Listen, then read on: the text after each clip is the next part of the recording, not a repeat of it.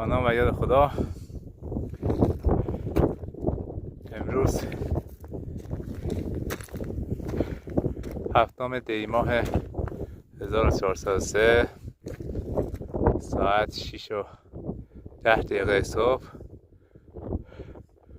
بر فراز قله توچال.